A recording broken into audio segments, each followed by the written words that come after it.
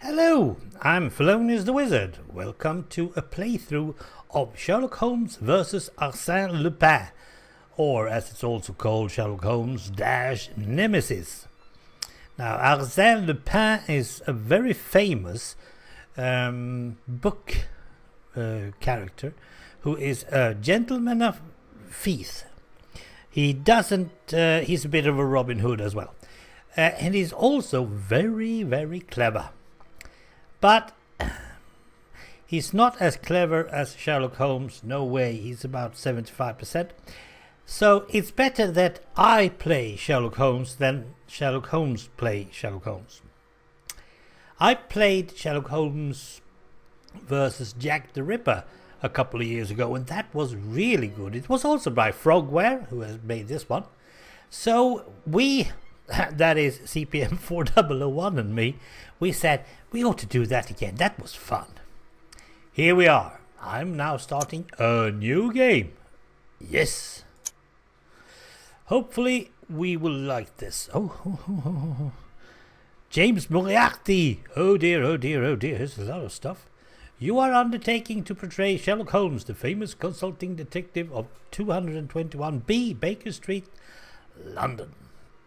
During this case, you must demonstrate both sagacity, I don't even know what that is, peace, CPM, help me, and calm. Okay, I can be calm. Just give me a couple of liters of coffee. Observe well the items around you and don't hesitate to click on them once you have required information. You will obtain comments that will help you in your hunt. Do not forget to interrogate anybody who may be able to inform you. Choose the right questions and pay heed to their answers. Yes, sir. Assure yourself that you aren't cut short by your adversary. Arsene Lupin will throw a number of challenges at you which will demand you are subtle and methodical. Thus, in the course of your investigations, you will have need of pencil and paper. Certain riddles will require reflection worthy of your hero. It will be challenging. Ooh, I like this already. At certain moments, you will need to type a keyword in response to a question in order to continue the adventure. You are at liberty to consult your notes in order to help yourself. Do not forget to read the documents that you will have gathered and glance through Sherlock's notes. They are all important. In order to advance your inquest, you will have at your disposal plans and maps which will permit you to teleport by clicking on given points. You may equally make your character run by double-clicking with the left mouse button. England's honour is at stake. Do not disappoint your adversary. Ooh, what a clean city.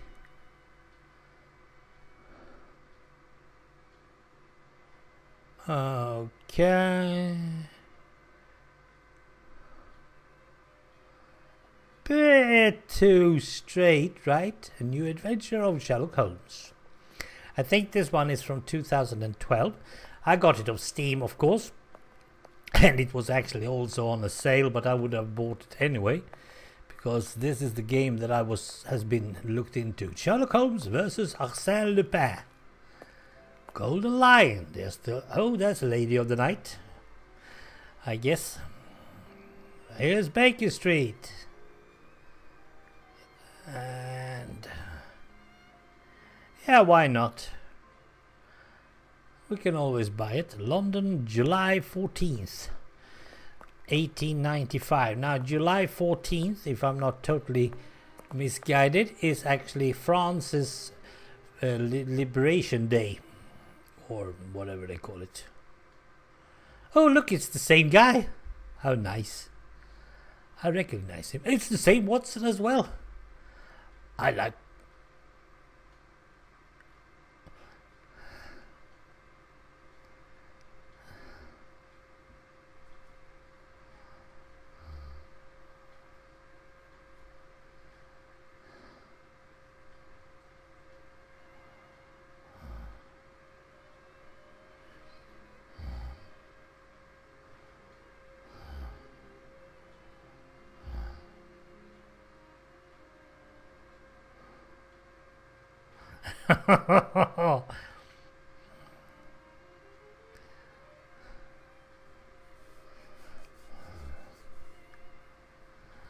Lupin?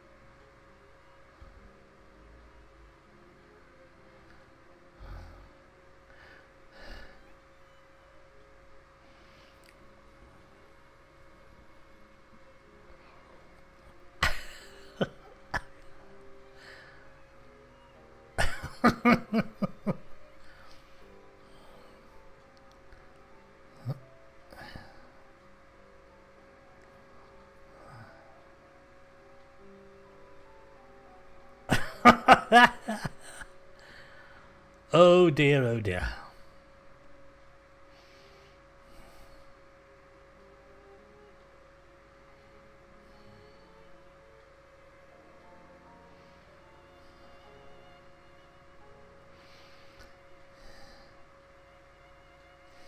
Oh, you mean the mafia?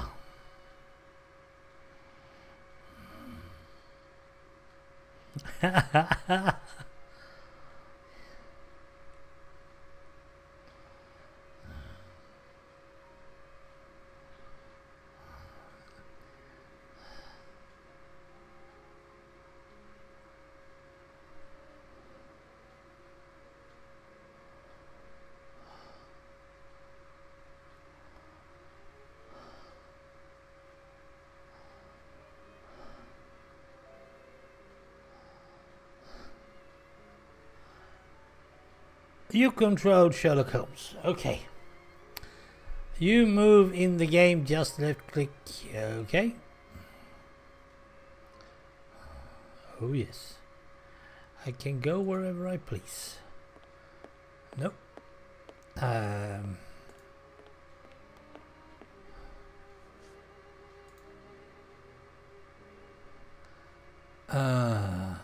Dear Mr. Holmes, before I begin, please excuse any grammatical or spelling errors that you might notice. Your language isn't my native tongue, as I came from the continent, France to be exact. In addition, my singular subjects of conversation, whether they be oral or written, are the most exquisite food and wine, the noblest arts, and the sublimest women.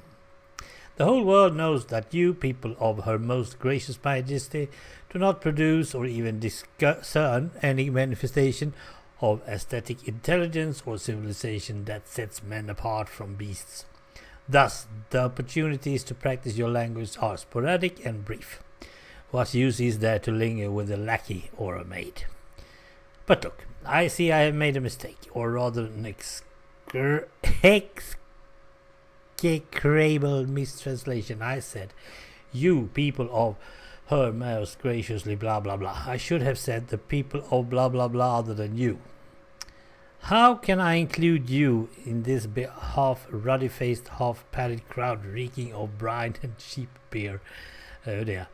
You stand apart, an icon. Having followed your exploits for some time and being interested in your unusual personality, I started to see in you a man of intelligence, ingenuity, and singular refinement. The incredible results in your activities and the manner in which you achieve them are marked with the seal of genius. Believe me, despite the lamentable opinion that I hold for the inhabitants of your islands, I have for you an admiration without limit, which reaches its apogee recently when I discovered you have a French ancestor. Oh dear, I didn't know that. What unlucky stars brought you to the world elsewhere than in the motherland? The motherland I call my own. That should have been your own. Perhaps the gods decide that your presence on this island bring up the intellectual average that was so low it bordered on the absurd. This isn't nice written. The business that brings me to write this letter may bring an answer to this question. You see, events without antecedent will occur in London in the week to come, beginning on the very night of the day in which you read this letter. The purpose of these events is to bring to light a fraud, the arrogance and vanity of the English. Oh dear, hold it. The purpose of these events is to bring to light a fraud. Someone is getting a fraud done. Enough of the haughty, boring composure that the English present us when passions should be freely expressed. Enough of the derisive confidence in England's impregnability, which is displayed by all of your politicians and soldiers. The English fortress is being protected by sea, serving as moats. Enough of your supposed symbols of majesty and grandeur of spirit, which are, in fact, merely the fruits of looting and plundering. Yep, England has measured the world by its stingy superior smile for far too long. Thus, I, Arsene Lupin, have pledged to get rid of this smile. To that end, in the week to come, I pledge to steal 5 of the most representational symbols of the alleged English grandeur here in London. Once these auspicious achievements has been accomplished, I will exhibit the trophies for the world to see, and will relieve the smallness of a nation incapable of preserving its pride. England will become the laughingstock of all nations, from the largest to the smallest, and will have to swallow its pride and lower its head for millennia to come. Imagine these self-righteous and perfidious faces, who ordinarily parade the fact that they are on Her Majesty's people, will henceforward hide their origins. Being English will no longer be grounds for pride, but rather shame. In brief, the debts will be paid. You are perhaps asking yourself why I'm choosing to share with you my vision, which many who don't know me would consider mad. After all, if my former praises are well founded, you are certainly the only person in England capable of stopping my plan. Like myself, you are fully aware of the inefficiency and the flagrant lack of imagination that plagues your police service. The reason for this letter is eminently narcissistic.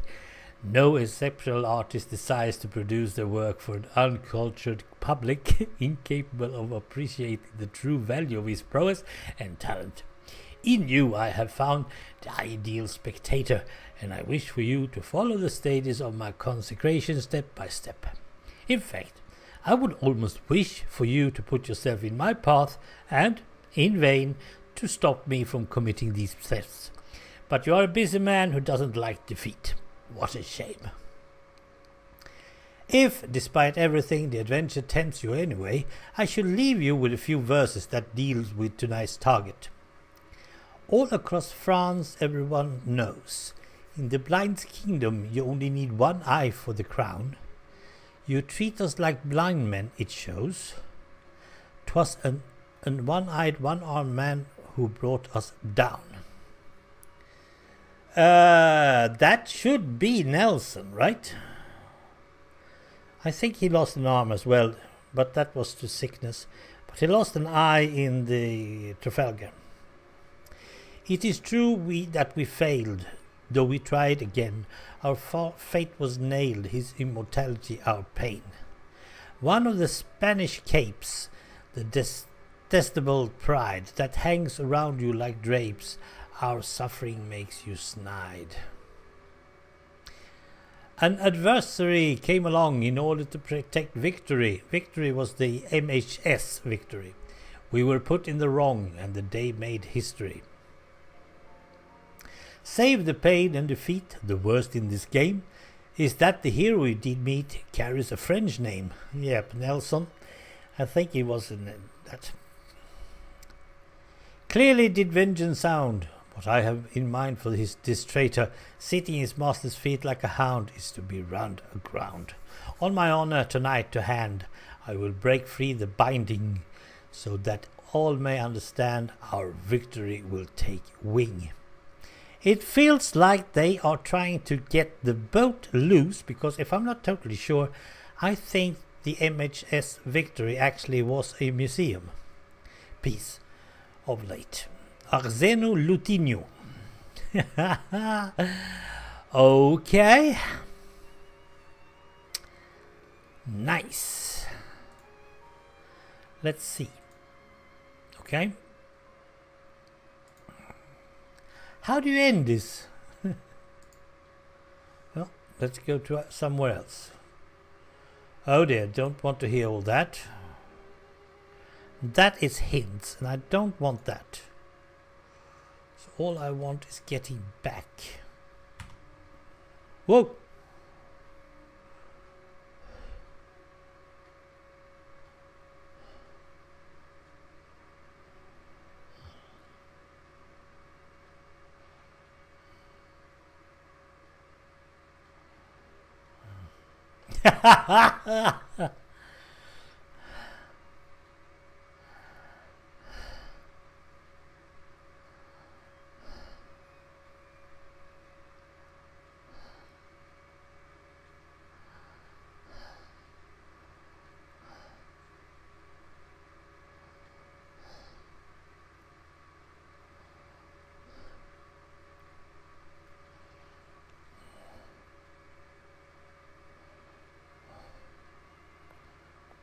Okay, so now I control Dr. Watson.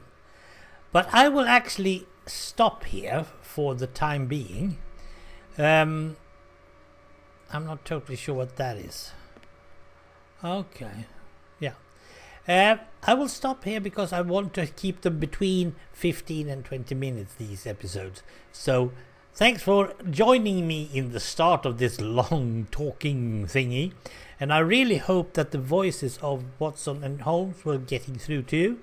Otherwise you had to read it down below. I did not want to disturb them.